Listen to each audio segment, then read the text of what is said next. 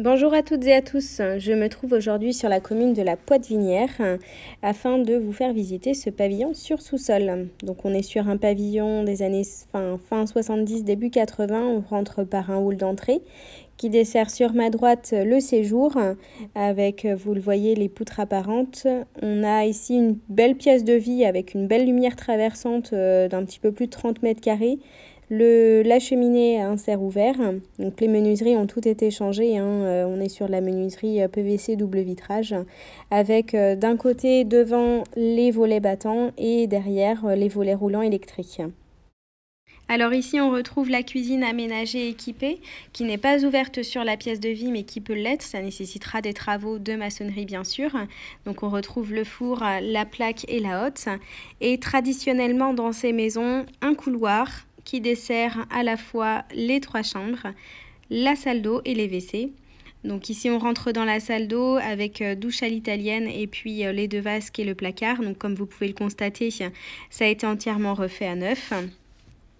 Et donc la première chambre qui est la plus grande, qui fait 12 mètres carrés, bien évidemment celle-ci elle ne compte pas de placard, donc il faut le prendre en considération. Par contre les 2 chambres ici sur l'avant de la maison possèdent toutes les 2 des placards, elles sont un petit peu plus petites mais très propres sur parquet et la peinture est fraîche, donc les enfants n'ont plus qu'à poser leurs valises.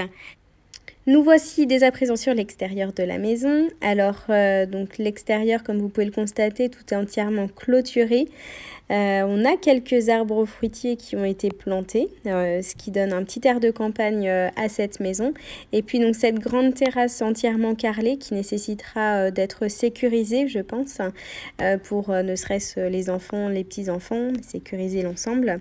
Donc comme vous pouvez le constater par vous-même, on a vraiment un air de campagne à la ville, donc c'est très agréable. Et puis donc passons au sous-sol. Alors le sous-sol, bon, je suis désolée, il est un petit peu encombré, mais c'est un sous-sol. On peut y mettre largement facilement 2 à 3 véhicules.